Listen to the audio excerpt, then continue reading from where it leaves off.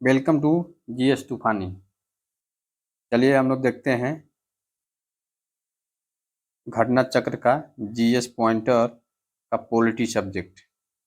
एक एक सब्जेक्ट हम लोग देखेंगे पारी पारा से। ठीक, अभी आज से स्टार्ट है जीएस का जो पॉइंटर है। अभी तक जितने भी क्वेश्चन बने हैं उसको पॉइंटर के रूप में, वन लाइनर के रूप में हम लोग देखते हैं पॉलिटी का क्वेश्चन। चाहे पीसीएस में हो या आईएएस में हो या बिहार स्टेट हो या उत्तराखंड स्टेट हो, सभी स्टेट का मैं इसमें कवर करूँगा। आइए हम लोग चलते हैं।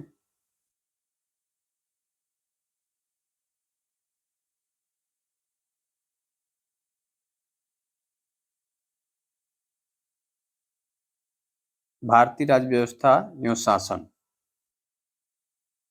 भारत का संवैधानिक विकास। देखिए, भारतीय विधान परिषद को बजट पर बहस करने की शक्ति प्राप्त हुई। भारतीय परिषद अधिनियम 1892 के अंतर्गत। दूसरा पॉइंट देखिए, कलकत्ता में सर्वोच्च न्यायालय की स्थापना का प्रावधान किया गया था। देखिए, रेगुलेटरी एक्ट 1773 में। भारत में संघीय न्यायालय की स्थापना की गई थी भारत सरकार अधिनियम 1935 के द्वारा। भारत का संघीय न्यायालय स्थापित किया गया था 1937 में।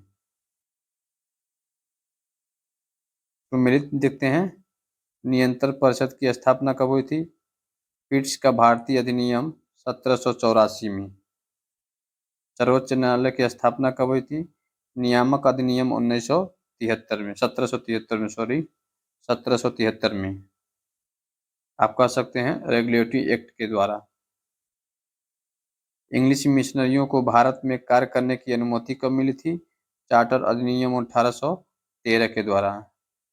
गवर्नर जनरल की परिषद में कानूनी सदस्य की नियुक्ति चार्टर अधिनियम 1833 में।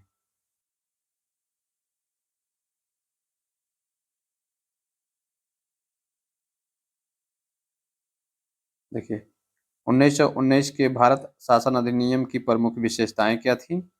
प्रांतों की कार्यकारिणी सरकार में द्वैत शासन की व्यवस्था, केंद्र द्वारा प्रांतों को विधायकी शक्ति का हस्तांतरण। नेक्स्ट पॉइंट देखिए, भारतीय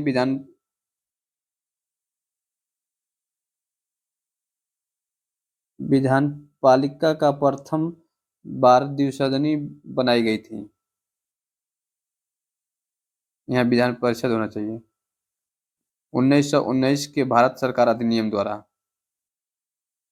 राष्ट्रपति की अध्यादेश निर्गत करने की शक्ति प्रेरित है भारत सरकार अधिनियम 1935 से।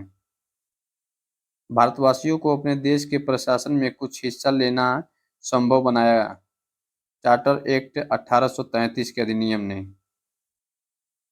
भारत के संविधान में केंद्र और राज्यों के बीच किया गया शक्तियों का विभाजन आधारित है भारत सरकार अधिनियम 1935 के द्वारा। एक संघीय व्यवस्था और केंद्र में द्वैत शासन भारत में लागू किया गया था 1935 के अधिनियम द्वारा। अखिल भारतीय महासंघ स्थापित करने का प्रावधान शामिल किया गया भारत सरकार अधिनियम 1935 में।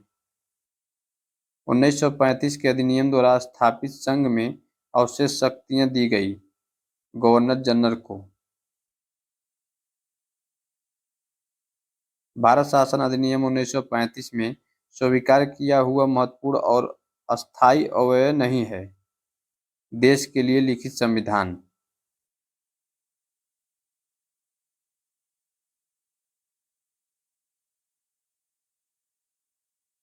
नेक्स्ट क्वेश्चन देखिए, 1935 का गवर्नमेंट ऑफ इंडिया एक्ट महत्वपूर्ण है क्योंकि यह भारतीय संविधान का प्रमुख स्रोत है। बर्मा भारत से अलग हुआ गवर्नमेंट ऑफ इंडिया एक्ट 1935 के फलस्वरूप।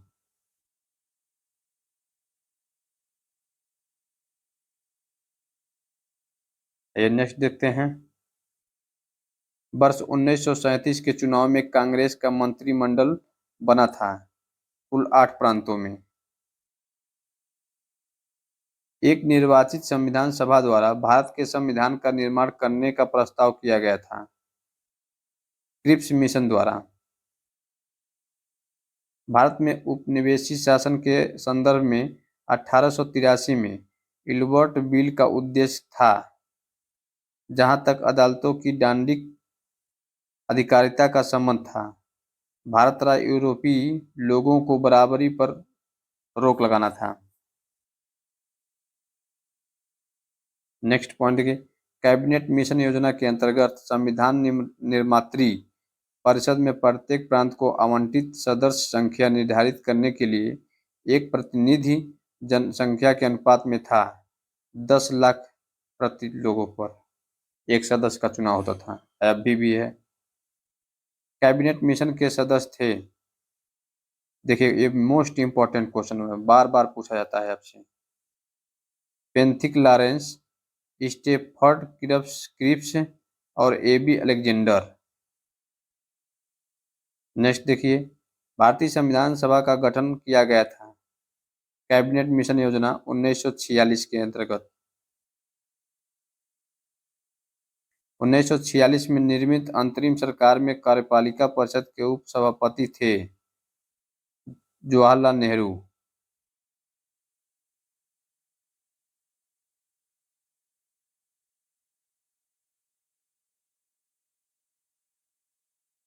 आइए हम लोग कथन और कारण देखते हैं। कथन ए, बेबेल योजना के अनुसार कार्यकारिणी परिषद में हिंदू और मुस्लिम सदस्यों की संख्या समान होती थी। कारण आपका है, बेबेल का विचार था कि ऐसी व्यवस्था से भारत का बंटवारा बच जाता। कथन सही है पर कारण गलत है। भारत के लिए संविधान की रचना हेतु संविधान सभा का विचार सर्वप्रथम प्रस्तुत किया था स्वराज पार्टी द्वारा 1934 में। संविधान सभा के बारे में सही कथन देखते हैं। इसने बड़ी संख्या में समितियों की मदद से काम किया, उनमें से प्रारूप समिति सबसे महत्वपूर्ण थी। अल्पसंख्यक समुदाय जैसे ईसाई, एंग्लो इंडियन और पारसियों को सभी में पर्याप्त प्रतिनिधित्व दिया गया। नेक्स्ट पॉइंट देखिए, इसकी चुनाव प्रक्रिया 1935 के अधिनियम के 6वीं अनुसूची पर आधारित थी। कर, संपत्ति और शैक्षणिक योग्यता के कारण मताधिकार सीमित था। चौथा पॉइंट देखिए, वह बहुदलीय निकाय थी।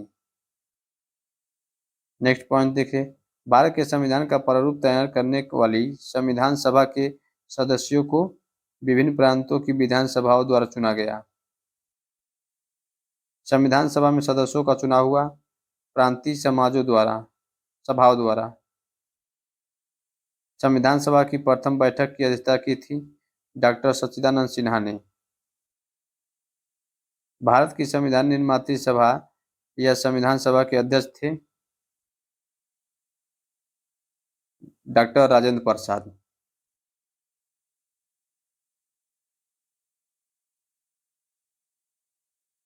आइए नेक्स्ट देखते हैं। भारतीय संविधान सभा की स्थापना की गई 9 दिसंबर 1946 को। भारत की संविधान सभा का प्रथम अधिवेशन शुरू हुआ 9 दिसंबर 1946 को।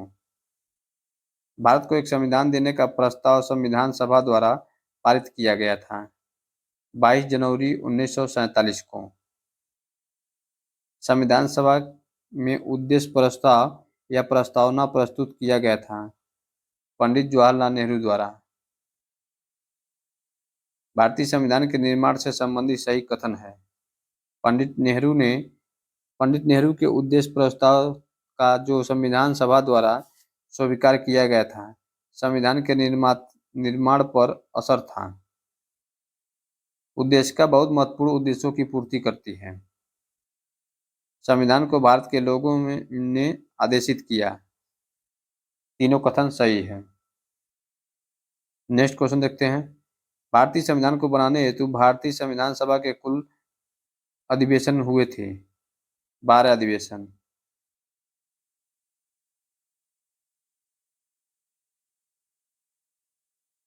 भारत के संविधान के निर्माण में संविधान सभा को समय लगा था। 2 वर्ष 11 माह 18 दिन में बन के तैयार हो गया हमारा संविधान। सही सुमेलित इस प्रकार है। संविधान सभा के पहले उपाध्यक्ष कौन थे? एच.सी. मुखर्जी। प्रारूप समिति के मूलतः एकमात्र कांग्रेसी सदस्य थे के.एम. मुंशी। राजस्थान की रियासतों का प्रतिनिधित्व करने वाला संविधान सभा के सदस्य थे बी.टी. कृष्णामाचारी। संविधान सभा समिति के अध्यक्ष थे पंडित जवाहरलाल नेहरू। संविधान सभा में प्रांतीय संविधान समिति का अध्यक्ष था सरदार वल्लभ भाई पटेल। भारतीय संविधान सभा की प्रारूप समिति के अध्यक्ष थे डॉक्टर भीमराव अंबेडकर। संविधान सभा द्वारा स्थापित मौलिक अधिकारों और अल्पसंख्यकों हेतु सलाहकार समिति के अध्यक्ष थे सरदार पटेल।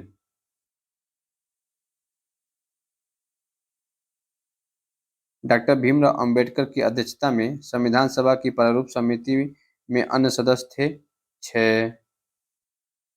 संविधान सभा ने डॉक्टर भीमराव अंबेडकर की अध्यक्षता में प्रारूप समिति का गठन किया 29 अगस्त 1947 को। भारतीय संविधान के निर्माण के समय संवैधानिक सलाहकार थे बी.एन. राव। भारतीय संविधान का प्रथम प्रारूप तैयार किया गया बी.एन. राव द्वारा।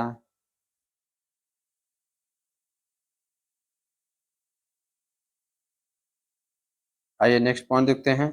भारत की संविधान सभा ने राष्ट्रीय ध्वज को सर्वप्रथम स्वीकार किया 22 जुलाई 1947 को। संविधान निर्मात्री परिषद की झंडा समिति के अध्यक्ष थे डॉक्टर राजेंद्र प्रसाद।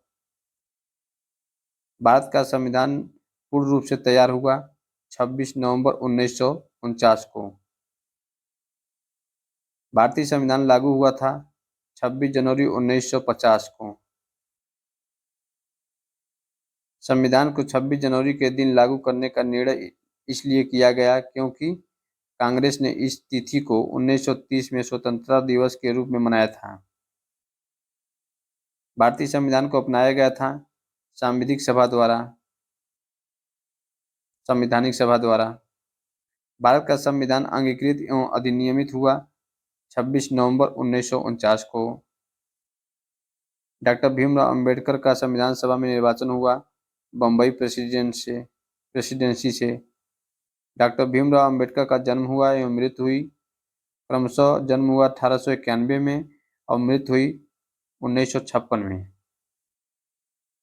जन गण मन को भारत के राष्ट्रगान के रूप में अपनाया गया 1950 में। भारत शासन द्वारा राजकीय चिन्ह अंगीकृत किया गया था 26 जनवरी 1950 को।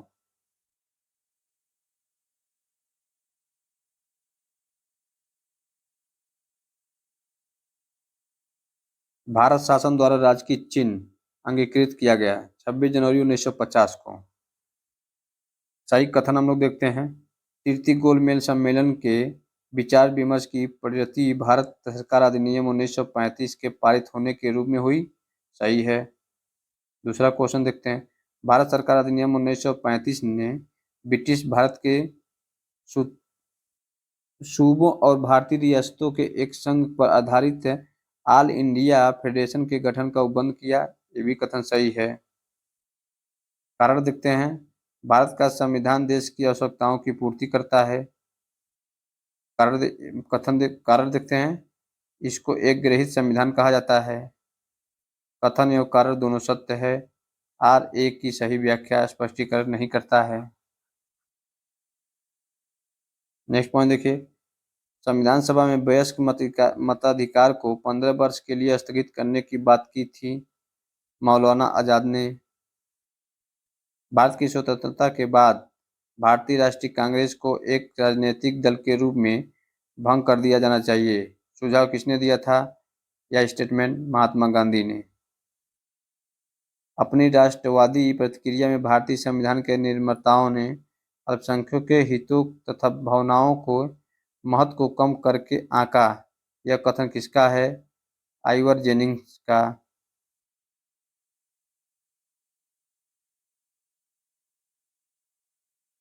संविधान सभा कांग्रेस थी और कांग्रेस भारत था, किसने कहा? ऑस्टिन ने।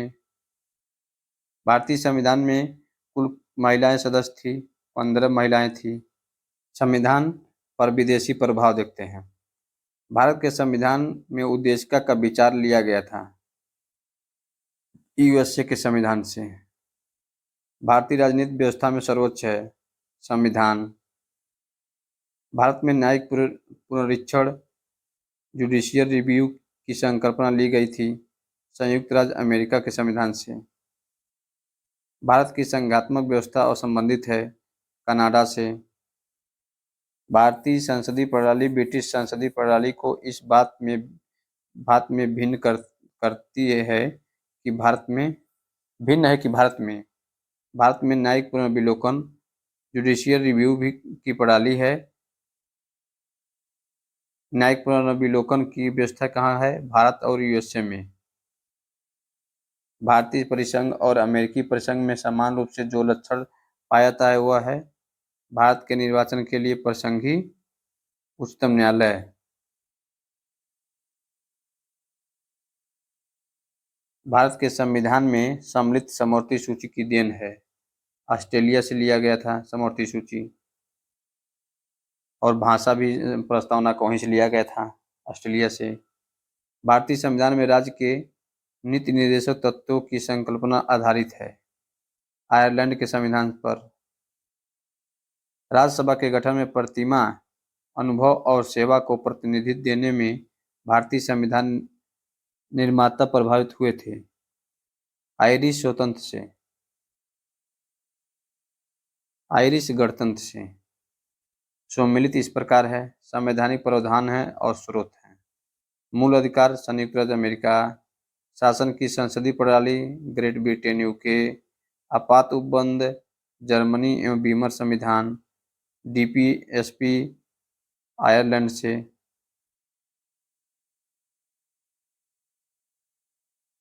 यह सही सुमेलित इस प्रकार है, विधि का शासन इंग्लैंड से, विधि द्वारा स्थापित प्रक्रिया जापान से, राष्ट्रपति के विचारार्थ राज्यपाल द्वारा विधेयक सुरक्षित रखना कनाडा से लिया गया था। विस्तृत उभयनिष्ठ सूची एवं समवर्ती सूची ऑस्ट्रेलिया से लिया गया था। मंत्रिमंडलीय सरकार ब्रिटिश संविधान के द्वारा। केंद्र राज्य संबंध कनाडा एवं का संविधान। भारत राज्यों का संघ है तथा संघ में अधिक शक्ति निहित है, ये भी कनाडा से ही लिया गया था।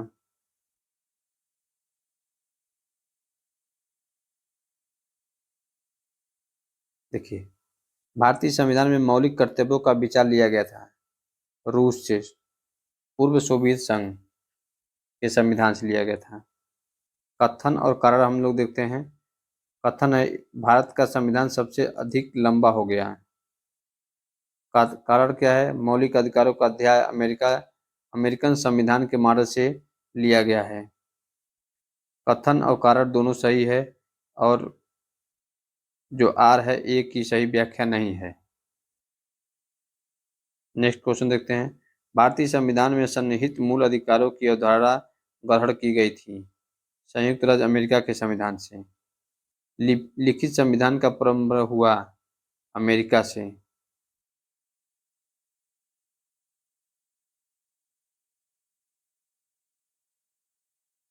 आइए हम लोग संविधान में अनुच्छेद और अनुसूची देखते हैं। भारतीय संविधान में 400 से अधिक आर्टिकल अनुच्छेद हैं। भारतीय संविधान में आरंभ में अनुच्छेद थे 395, ये मूल अनुच्छेद हैं। भारतीय संविधान में कुल अनुसूचियां हैं 12।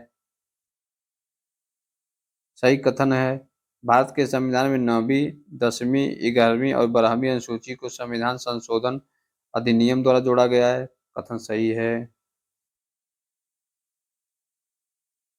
इसके पहले 8वीं अनुसूची थी, अब 12 हो गई है। ये चारों के संशोधन के द्वारा जोड़ा गया है। भारतीय संविधान को विभाजित किया गया है 22 भागों में, अब इसमें लगभग 25 भाग है। नागरिकता से संबंधित प्रावधान संविधान के जिस भाग में है वह है भाग 2 में नागरिकता है। सही सुमेलित कीजिए। नागरिकता भाग संविधान का भाग 2। मौलिक अधिकार संविधान का भाग 3, राज्य संविधान का भाग 4, 6। सही सुमेलित को देखते हैं।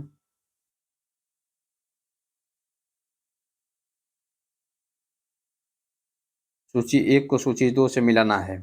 नए राज्यों का गठन, भारतीय संविधान का अनुच्छेद 3। नागरिकता, भारतीय संविधान का भाग 2। मौलिक अधिकार, भारतीय संविधान का भाग 3। प्रशासनिक अधिकरण की स्थापना, भारतीय संविधान का अनुच्छेद 323A। नेक्स्ट क्वेश्चन देखते हैं। हमारे संविधान का वह भाग जिसमें 3 सोपानों में पंचायत बनाने की परिकल्पना की गई है। भाग 9 में संघ और राज्यों के बीच विधायी संबंध के बारे में उल्लेख है। भारतीय संविधान के भाग 11 और अध्याय 1 में है। भारतीय संविधान की अनुसूची में से वह अनुसूची जो राज्य के नामों की सूची तथा उनके राज्य क्षेत्रों का ब्यौरा देती है। अनुसूची पहली। भारत के संविधान की चौथी अनुसूची विवेचित करती है राज्यसभा में स्थानों के आवंटन से।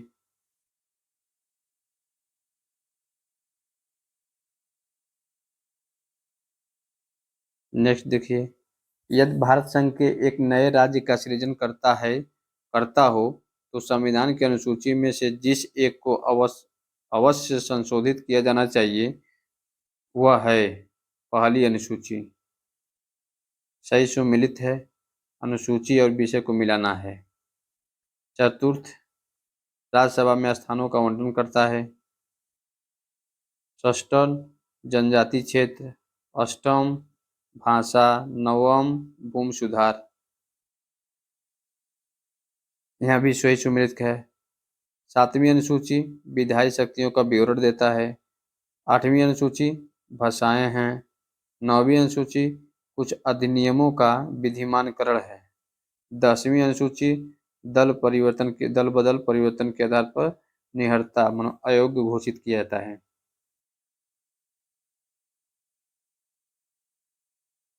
नेक्स्ट क्वेश्चन देखते हैं। राज्य भूमि सुधार अधिनियमों को संवैधानिक सुरक्षा प्रदान करने हेतु सम्मिलित किया गया है 9वीं अनुसूची में। भारत के संविधान के अंतर्गत आर्थिक योजना का विषय है समवर्ती सूची में। समवर्ती सूची का विषय है आपराधिक मामले। भारत के संविधान की समवर्ती सूची में है जनसंख्या नियंत्रण और परिवार नियोजन। समवर्ती सूची में है शिक्षा भी। शिक्षा जो प्रारंभ में राज्य सूची का विषय था, जो उसे समवर्ती सूची में स्थानांतरित किया गया 42वां संविधान संशोधन द्वारा। सही सुमेलित इस प्रकार है। विषय और सूची। वन समवर्ती सूची। डाकघर बचत बैंक संघीय सूची। जनस्वास्थ्य राज्य सूची। सही सुमेलित इस प्रकार है। केंद्र सूची जनगणना। राज्य सूची पुलिस और सार्वजनिक व्यवस्था। समवर्ती सूची जनसंख्या नियंत्रण और परिवार नियोजन। अवशिष्ट विषय केंद्र के अधीन है आंतरिक अनुसंधान। भारतीय संविधान के वे प्रावधान जो शिक्षा पर प्रभाव डालते हैं। पहला, राज्य की नीति निर्देशक तत्व। दूसरा, ग्रामीण और शहरी स्थानीय निकाय। तीसरा, पंचम अनुसूची। चौथा, षष्ठ अनुसूची। पांचवा, सप्तम अनुसूची।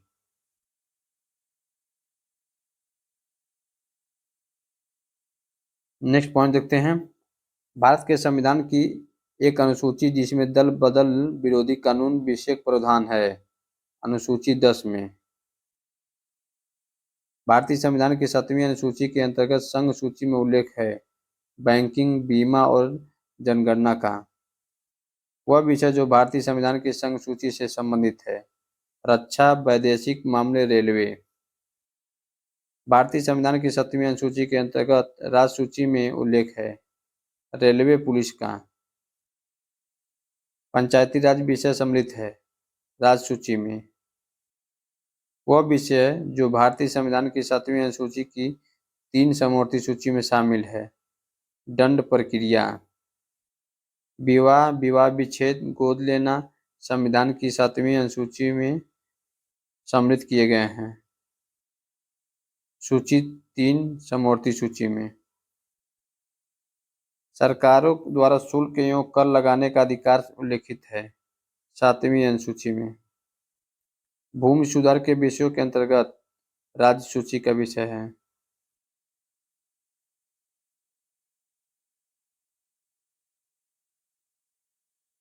भारत के संविधान में विभिन्न राज्यों में अनुसूचित क्षेत्रों के प्रशासन और नियंत्रण के लिए विशेष उपबंध है 5वीं अनुसूची में।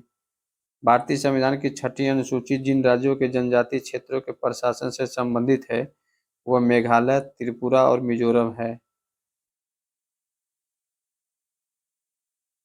भारत के संविधान 5वीं अनुसूची और 6ठी अनुसूची के उपबंध किए गए हैं अनुसूचित जनजातियों के लिए हितों के संरक्षण के लिए। पंचायतों को संवैधानिक दर्जा प्रदान किया गया अनुच्छेद 243 के अंतर्गत। संविधान की 11वीं अनुसूची संबंधित है पंचायती राज से।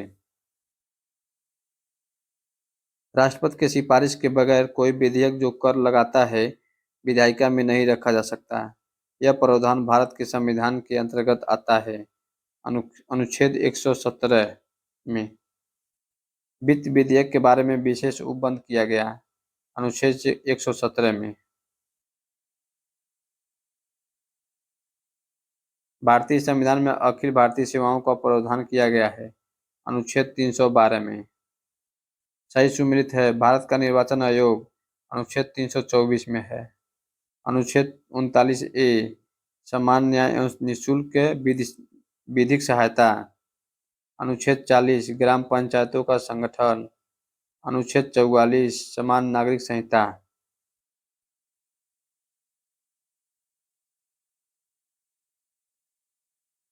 सही सुमेलित मिलाते हैं सूची 1 को सूची 2 से मिलाना है। संविधान के अनुच्छेद और विषय दिए गए हैं। अनुच्छेद 124 संघीय न्यायपालिका। अनुच्छेद 5 नागरिकता। अनुच्छेद 352 आकस्मिक प्रावधान। अनुच्छेद 245 विधायी शक्तियों का वितरण।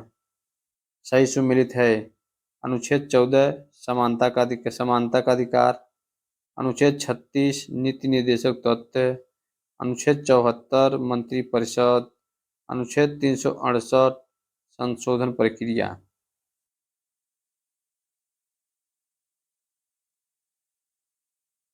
आइए सुमेलन इस प्रकार भी देखते हैं। विधानतः नए राज्य को शामिल करना अनुच्छेद किसमें है अनुच्छेद 2 में। समता का अधिकार किसमें है अनुच्छेद 14 में। गिरफ्तारी और निरोध से संरक्षण कब है अनुच्छेद 22 में। राष्ट्रपति का विधेयक को अनुमति देने का अधिकार है अनुच्छेद 111 में। सही सुमेलित है इसको भी मिलाना है। अनुच्छेद 54 भारत के राष्ट्रपति का निर्वाचन है। अनुच्छेद 75 प्रधानमंत्री और मंत्रिपरिषद की नियुक्ति है। अनुच्छेद 155 राज्य के राज्यपाल की नियुक्ति है। अनुच्छेद 164 राज्य के मुख्यमंत्री और मंत्रिपरिषद की नियुक्ति है। सही सुमेलित है अनुच्छेद 323A प्रशासनिक अधिकरण। अनुच्छेद 324 निर्वाचन। अनुच्छेद 330 लोकसभा के लिए अनुसूचित जाति और अनुसूचित जनजाति के लिए सदस्यों के आरक्षण है। अनुच्छेद 320 लोक सेवा आयोग के खर्च कार्य है। वित्त आयोग अनुच्छेद 280 वित्तीय आपात अनुच्छेद 360। जो वित्तीय आपात है अभी तक नहीं भारत में नहीं लगाया गया कभी।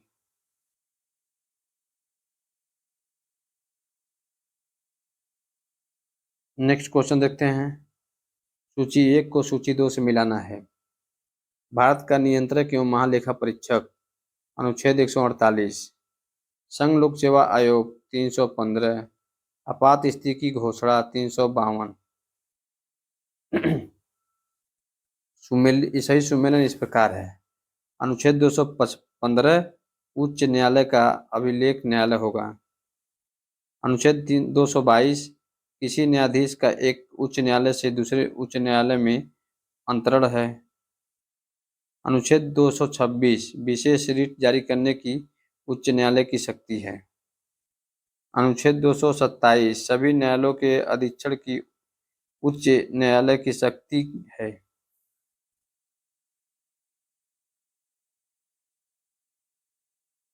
यहाँ सही सुमेलित इस प्रकार है, देखते हैं। अनुच्छेद 76 भारत का महान न्यायवादी। अनुच्छेद 131 सर्वोच्च न्यायालय का क्षेत्राधिकार। कार्य करने का अधिकार। अनुच्छेद 41 कार्य करने के लिए सही और मानवीय स्थितियां। अनुच्छेद 42 बच्चों के लिए मुक्त तथा अनिवार्य शिक्षा। अनुच्छेद 45। सही सुमेलन इस प्रकार है। भारतीय संविधान का भाग 9 किससे है? पंचायत से संबंधित है। भारतीय संविधान का भाग 8 संघ राज्य क्षेत्र से है। भारतीय संविधान का भाग 4A मूल कर्तव्य है। भारतीय संविधान का भाग 9A नगर पालिका से है। सही सुमेलित इस है। पंचायत दिया है इसमें भाग 9 में। नगर पालिकाएं कब है? भाग 9 क में। सरकारी समितियां कब है? भाग 9 ख में। सही सुमेलित इस प्रकार है। संविधान का भाग 15 में निर्वाचन है। संविधान का भाग 16 में कुछ वर्षों के संबंध में विशेष उपबंध है। भाग 17 में राजभाषा है। नेक्स्ट क्वेश्चन, संविधान का भाग 18 में आपात उपबंध है।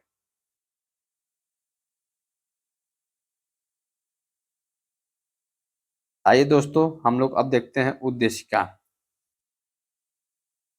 निम्नलिखित अवतरण में हम भारत के लोग भारत को एक संपूर्ण प्रभुत्व संपन्न समाजवादी पंथ निरपेक्षता लोकतंत्रात्मक गणराज्य बनाने के लिए तथा उसके समस्त नागरिकों को सामाजिक, आर्थिक और राजनीतिक न्याय, विचार, अभिव्यक्ति, विश्वास और धर्म और उपासना की स्वतंत्रता, प्रतिष्ठा और अवसर की समता प्राप्त कराने के लिए तथा उन सब में व्यक्ति की गरिमा और राष्ट्र की एकता और अखंडता सुनिश्चित कराने वाली बंधुता बढ़ाने के लिए दृढ़ संकल्प होकर अपनी इस संविधान सभा में आज यक्ष को एतद्द्वारा संविधान को अंगीकृत, अधिनियमित और आत्मसमर्पित करते हैं।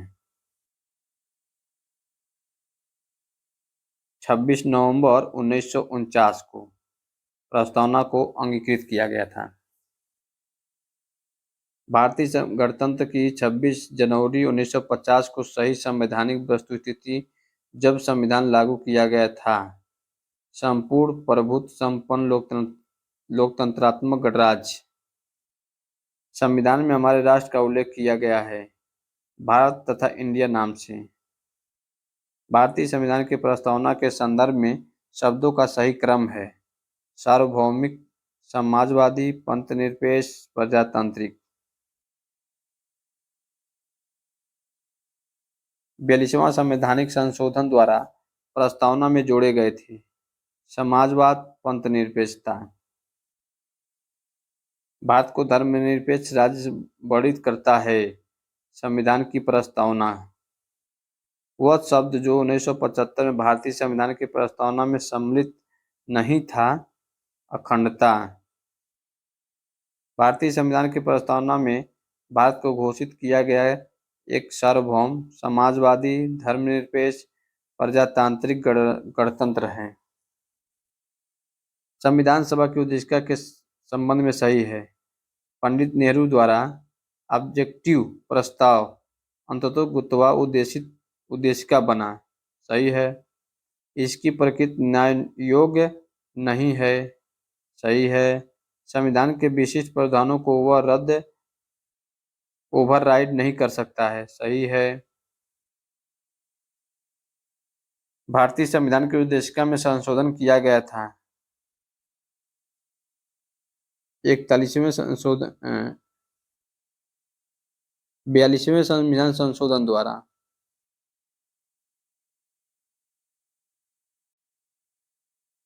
नेक्स्ट देखते हैं, वह शब्द जो 26 नवंबर 1949 को अंगीकृत भारतीय संविधान की प्रस्तावना में सम्मिलित नहीं थे। समाजवादी, पंथनिरपेक्ष एवं अखंडता। भारत के संविधान के आमुख का लक्ष्य उसके सभी नागरिकों के लिए सुनिश्चित करना है। सामाजिक तथा आर्थिक न्याय, विचार और अभिव्यक्ति की स्वतंत्रता, अवसर की समानता तथा व्यक्ति की प्रतिष्ठा। नेक्स्ट देखते हैं, भारत एक गणतंत्र है, इसका अर्थ है भारत में वंशानुगत शासन नहीं है। भारत में लौकिक सार्वभौमिकता है, क्योंकि संविधान की प्रस्तावना आरंभ होती है हम भारत के लोग शब्दों से। हम भारत के लोग, we the people of India शब्दों का प्रयोग भारतीय संविधान में किया गया। संविधान की प्रस्तावना में सभी व्यक्ति पूर्णतः और समान रूप से समानो है, यह सिद्धांत जाना जाता है सार्वभौमिकता के वजह से। भारत के संदर्भ में धर्मनिरपेक्षता शब्द का सही भाव व्यक्त करता है। भारत में राज्य का कोई धर्म नहीं है।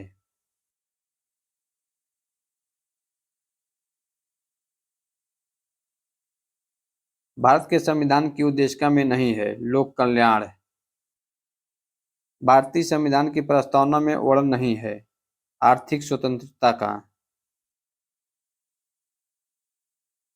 भारतीय संविधान की प्रस्तावना में उल्लेखित नहीं है धार्मिक न्याय। भारत संविधान की प्रस्तावना के बारे में कथन सही है। समाजवादी धर्मनिरपेक्ष शब्द 1950 में लागू के अंग नहीं थे, इनको बाद में संशोधन करके जोड़ा गया था 42वें संविधान संशोधन 1976 में।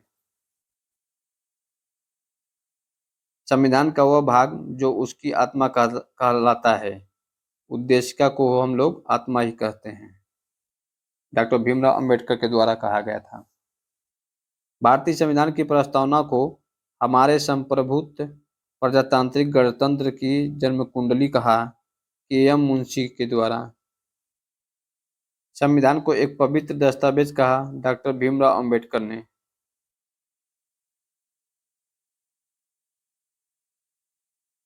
उच्चतम न्यायालय ने धारणा प्रस्तुत की कि उद्देशिका संविधान का भाग है बम्बई बनाम यूनियन ऑफ इंडिया वाद में। सर्वोच्च न्यायालय ने प्रस्तावना को भारतीय संविधान की मौलिक संरचना का भाग स्वीकार किया केशवानंद भारती विवाद में 1973 में। भारतीय संविधान के उद्देश्यों में से एक के रूप में आर्थिक न्याय का बंद किया गया है उद्देशिका और राज्य की नीति निर्देशक तत्व में। आपका नीति निर्देशक तत्व किस आर्टिकल में है? 36 से 51 तक आपका डीपीएसपी है। नेक्स्ट पॉइंट देखते हैं, भारतीय संविधान की प्रस्तावना में जिन आदर्शों एवं उद्देश्यों की रूपरेखा दी गई है उनकी व्याख्या की गई है मूल अधिकारों, राज्य के नीति निर्देशक सिद्धांतों एवं मौलिक कर्तव्यों के अध्याय में।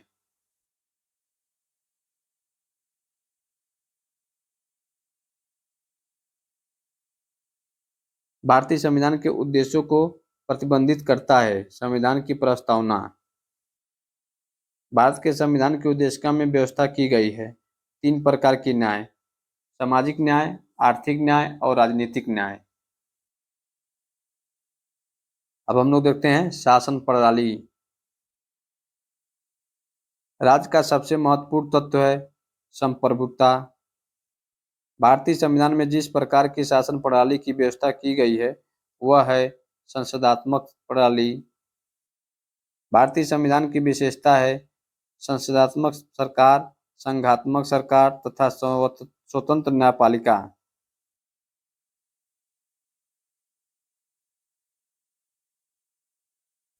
भारत में संसदीय प्रणाली की सरकार है क्योंकि मंत्रिपरिषद लोकसभा के प्रति उत्तरदायी है। भारत के संदर्भ में संसदीय शासन प्रणाली में निम्न सिद्धांत संस्थागत रूप में निहित है। मंत्रिमंडल के सदस्य संसद के सदस्य होते हैं। जब तक मंत्रियों को संसद लोकसभा का विश्वास प्राप्त रहता है तब तक ही ये अपने पद पर बने रहते हैं। संसदात्मक शासन व्यवस्था में विधायिका एवं कार्यपालिका पर नियंत्रण होता है। विधायिका का कार्यपालिका पर नियंत्रण होता है। राष्ट्रपति पद्धति के समस्त कार्यपालिका की शक्तियां निहित होती है राष्ट्रपति में। भारत में राजनीतिक व्यवस्था के मूलभूत लक्षण हैं। यह एक लोकतांत्रिक गणतंत्र है। इसमें संसदात्मक सरकार है।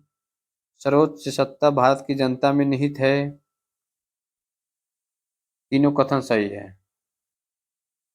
कथन सही देखते हैं हम लोग। भारत एक लोकतांत्रिक राज्य व्यवस्था है। कथन सही है। भारत एक संप्रभुता संपन्न राज्य है। सही है। भारत में लोकतांत्रिक समाज है। सही है। भारत एक कल्याणकारी राज्य है। सही है। भारत राजतंत्र की विशेषता हम लोग देखते हैं। एक संविधान संगत सरकार द्वारा लोकतांत्रिक सरकार विधि का शासन। कल्याणकारी राज्य वेलफेयर स्टेट का उद्देश्य क्या है? अधिकतम संख्या का अधिकतम कल्याण सुनिश्चित करना है। नेक्स्ट कौन सा देखते हैं। भारतीय संविधान का दर्शन कल्याणकारी राज्य, समाजवादी राज्य, राजनैतिक समानता। भारत में राजनीतिक सत्ता का प्रमुख स्रोत है जनता।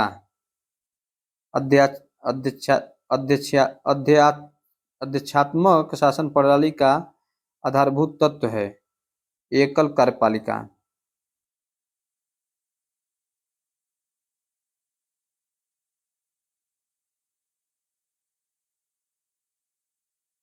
भारत में प्रजातंत्र इस तथ्य पर आधारित है कि जनता को सरकारों को चुनने तथा बदलने का अधिकार प्राप्त है। भारत का संविधान प्रसंगी विनिर्धारित होता है केंद्र और राज्यों के बीच शक्तियों का विवरण से।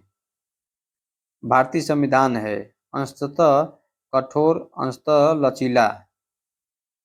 न ज्यादा कठोर है और न ज्यादा लचीला ही है। दोनों का मिला जुला रूप है। भारत की संसदीय शासन प्रणाली एवं ब्रिटेन की संसदीय शासन प्रणाली में अंतर है। भारत में न्यायिक समीक्षा होता है, ब्रिटेन में नहीं है। कथन देखते हैं। भारत के संविधान में एक संघीय शासन प्रणाली का प्रावधान है। सही है। कारण क्या है? उसने एक बहुत शक्तिशाली केंद्र की रचना की है। दोनों कथन सही है और आर ए का सही स्पष्टीकरण नहीं है। भारत के संविधान का संघीय लक्षण है केंद्र तथा राज्यों के बीच शक्तियों का बंटवारा, पूर्ण रूप से लिखित संविधान है, स्वतंत्र न्यायपालिका है।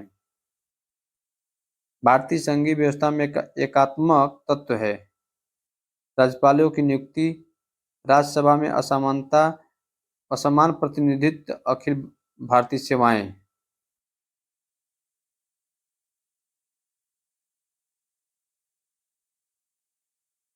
नेक्स्ट देखते हैं। भारत में संघीय व्यवस्था से संबंधित सही कथन है।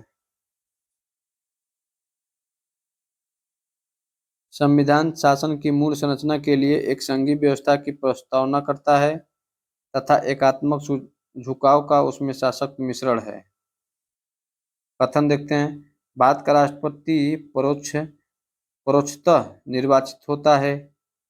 कारण क्या है? भारत में संसदीय शासन प्रणाली को गणतंत्रवाद के साथ जोड़ा गया है। दोनों कथन सही है और आर ए का सही स्पष्टीकरण करता है। कथन देखते हैं। राजनीतिक दल लोकतंत्र के जीवन रक्त है। कारण क्या है? लोग खराब शासन के लिए सामान्यतः राजनीतिक दलों को कोसते हैं। दोनों सही है। आर सही स्पष्टीकरण ए का करता है। कथन क्या है? भारत में संघवादिता व्यवहारिक नहीं है। कारण क्या है? भारत एक संघीय राज्य नहीं है। ये सही है परंतु आर गलत है। भारत एक संघीय राज्य है।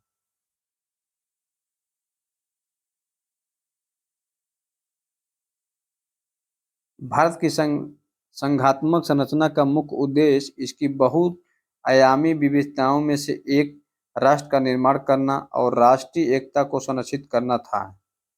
कारण क्या है? विविधताओं के समन्वय से एक सशक्त न कि कमजोर भारतीय राष्ट्रीयता का निर्माण हुआ है।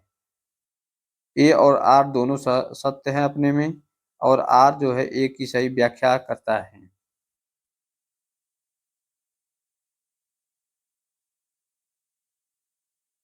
कथन देखते हैं, महिलाएं, दलित, निर्धन एवं अल्पसंख्यक समुदाय भारत में लोकतंत्र के सबसे बड़े दावेदार हैं। कारण क्या है?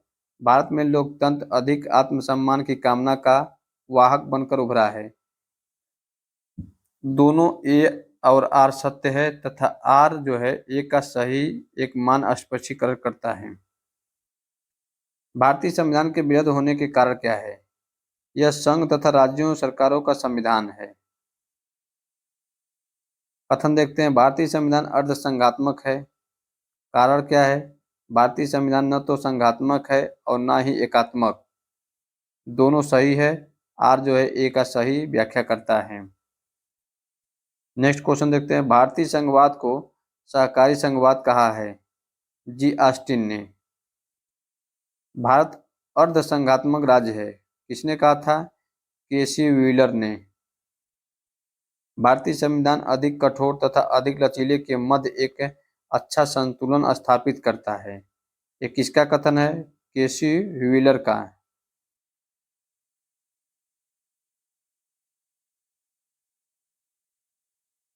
संविधान को संघात्मकता के ढंग ढांचे में नहीं ढाला गया, यह कथन किसका है? भीमराव अंबेडकर के द्वारा। भारतीय राजनीतिक पद्धति के बारे में सही है। धर्मनिरपेक्ष राज्य, संसदीय प्रणाली की सरकार है, संघीय नीति है। गणतंत्री अवधारणा से संबंधित है। एक राज्य जिसमें जनता सर्वोच्च हो, सर्वोच्च शक्ति निर्वाचित प्रधान में निहित हो। एक ऐसी सरकार जो जनता द्वारा निर्वाचित प्रतिनिधियों को हो। संवैधानिक सरकार वह है जो व्यक्ति की स्वतंत्रता के हित में राज्य की सत्ता पर प्रभावकारी प्रतिबंध लगाती है। आइए देखते हैं, राष्ट्रीय प्रतीक क्या है? भारत का राष्ट्रीय पशु क्या है? बाघ है। भारत का राष्ट्रीय पुष्प क्या है? कमल है। भारतीय राष्ट्रीय पक्षी कौन है? मोर है। भारतीय राष्ट्रीय ध्वज में एक चक्र प्रतीक है, न्याय का। भारत के राष्ट्रीय ध्वज में जो आरों की तिल्ली कुल संख्या कितनी है? 24। संपूर्ण राष्ट्रगान का वादन गायन काल क्या है? 52 सेकंड में हम लोग राष्ट्रगान करते हैं। राज्य एवं संघ राज्य क्षेत्र देखते हैं। भारतीय संसद को नया राज्य बनाने का अधिकार है, संविधान के अनुच्छेद 3 के अंतर्गत। नए राज्य के गठन की शक्ति निहित है संसद में। भारत के संविधान के अंतर्गत राज्यों की सीमाओं को परिवर्तित करने का शक्ति प्राप्त है संसद को ही है।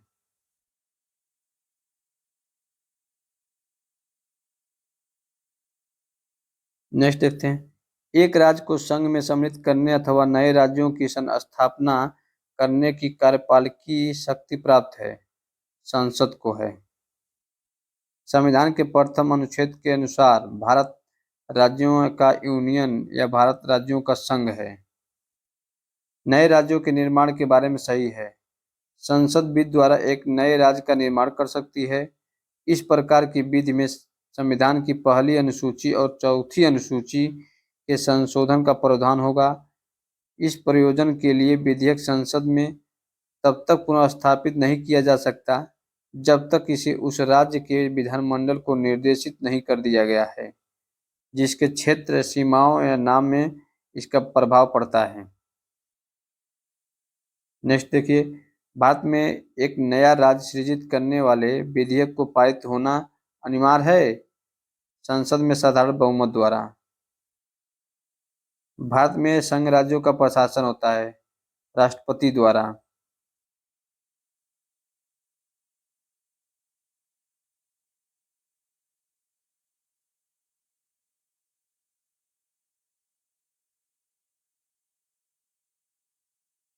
कथन देखते हैं, भारत संघ नहीं है।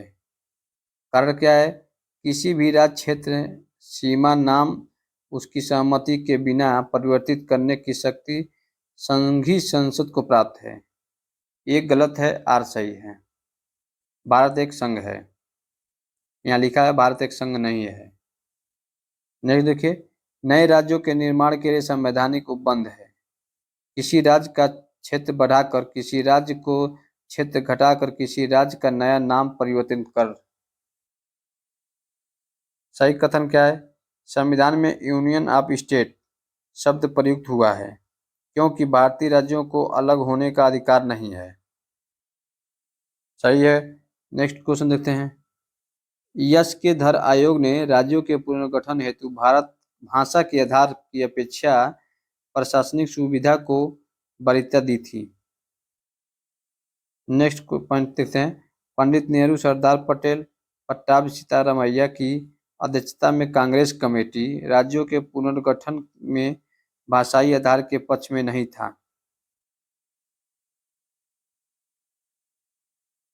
तीनों कथन सही है। नेक्स्ट क्वेश्चन देखते हैं हम। यदि भारत संघ में एक नए राज्य का सृजन किया जाना है तो संशोधन करना आवश्यक होगा प्रथम अनुसूची को। भारत में संघ शासित प्रदेश है, कितने हैं? 7। लोकसभा में केंद्र शासित प्रदेशों के लिए सीटें आरक्षित है 20। राज्य पुनर्गठन आयोग ने 1 नवंबर 1956 को 14 राज्य तथा 6 संघ राज्य, भारत में 29 राज्य एवं 7 संघ शासित प्रदेश हैं। संघ राज्य क्षेत्र हैं अंडमान और निकोबार द्वीप, दमन एवं दीव, पुडुचेरी।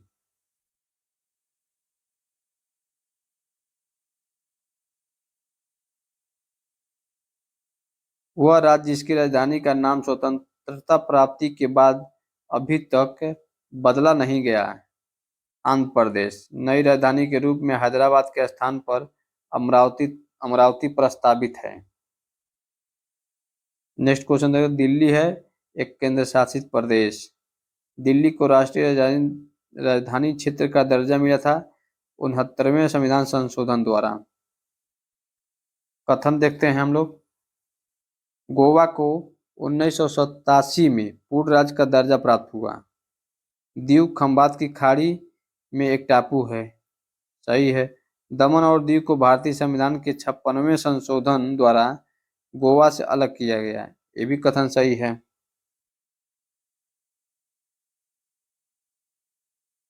आइए नेक्स्ट देखते हैं। सिक्किम को विधिवत भारत संघ के एक पूर्ण राज्य के रूप में सम्मिलित किया गया 36वें संविधान संशोधन द्वारा। राज्यों का भारत संघ के संपूर्ण राज्य का दर्जा प्राप्त होने का सही कालानुक्रम है नागालैंड, हरियाणा, सिक्किम, अरुणाचल प्रदेश। भारतीय राज्यों का उनके निर्माण के अनुसार कालानुक्रम है सिक्किम, अरुणाचल प्रदेश, छत्तीसगढ़, झारखंड। छत्तीसगढ़ राज्य स्वरूप में आया 1 नवंबर 2000 को। उत्तराखंड की स्थापना हुई थी वर्ष 2000 में। विकल्प में दिए गए गठन और निम्न वर्षों में हुआ है। आंध्र प्रदेश 1953 में भाषाई आधार पर पहला राज्य। हरियाणा 1966, हिमाचल 1971, सिक्किम 1975। सही सुमेलित है। राज्य और स्थापना वर्ष। नागालैंड 1 दिसंबर 1963, मेघालय 21 जनवरी 1972, सिक्किम 16 मई 1975, अरुणाचल प्रदेश 20 फरवरी 1987। राज्य के निर्माण का सही अवरोही क्रम इस प्रकार है। हरियाणा 1966, महाराष्ट्र 1960 में, राजस्थान 1956 में। सही कथन देखते हैं हम लोग। गोवा को दमन एवं दीव से अलग किया गया। बम्बई राज्य गुजरात एवं महाराष्ट्र में विभाजित किया गया।